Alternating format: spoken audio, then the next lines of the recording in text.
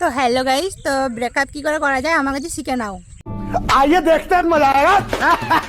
কি ব্যাপার হচ্ছে রে?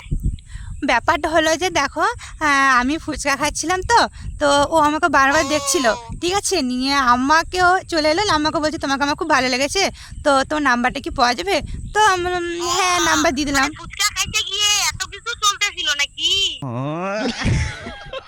হ্যাঁ, বিশ্বাস করে যে মিথ্যা কথা বলতেছিস তুই? মিথ্যা কথা বলবো না, তুমি তো আমাকে নাম্বার দিলে। হ্যাঁ আমি বিশ্বাস করার এখানে কি আছে? ও তো ডাইরেক্ট বলতেছে, একটা মেয়ে কি মিথ্যা কথা বলবে নাকি? হ্যাঁ, আর তুমি বললে না যে হ্যাঁ আমার গার্লফ্রেন্ড আছে, তুমি ফট করে বললে হ্যাঁ আমার গার্লফ্রেন্ড নেই।